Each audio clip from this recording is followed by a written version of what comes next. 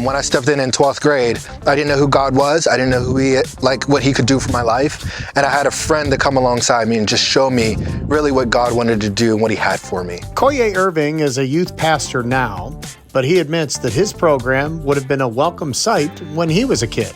Oh, yeah, completely.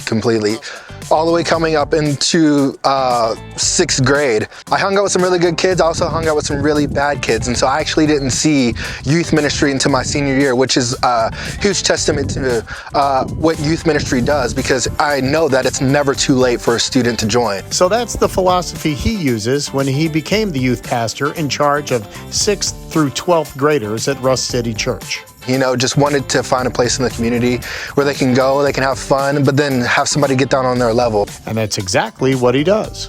And so when I stepped in as a youth pastor, I could see a reflection of myself in a lot of these students. They can go to main service as well, but then we kind of speak to them directly on a level that really communicates the best for them. Now, if you're a parent, you know that age group can be tough when you're trying to get them to listen. But Koyae does the work to get his message through, loud and clear. It's funny because the core part of being a youth pastor is also being very relevant. I have to speak to what's going on in their life and their age. And so that could be learning what is on social media, learning they're playing in video games, really learning what they're intaking, and then breaking that ice of conversation of, hey, I know about this stuff, but I also want you to know about something a little bit more, and that's what Jesus has for you. His group has about 25 students right now, and it keeps growing. They bring their friends, and so we've seen throughout the year of impacting over 150 to 200 students. And it's reaching kids that could use some face-to-face interaction. We want to build their friend base. A lot of students that come here are either in homeschool, they're cyber school, they've gone through COVID, so they don't want to go back to school. And right now we're focusing on, hey, how can we get back to community and get back to friendship? Making friends and learning the right lessons about life. We have conversations with them. We do life with them, meaning we just live, learn, and love together. And then also, too, we teach them what it means to actually worship.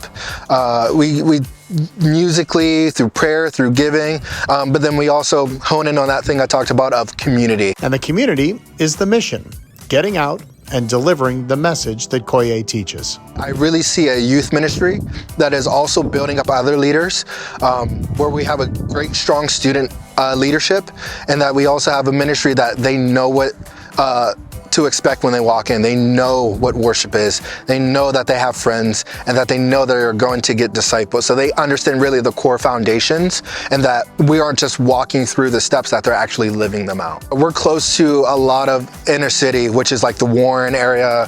We're in Niles, we're in Howland. And so ultimately, the biggest plan will be to get into the schools, to talk to those kids as well, to make sure that they know that there's a family, there's a community of people that love them.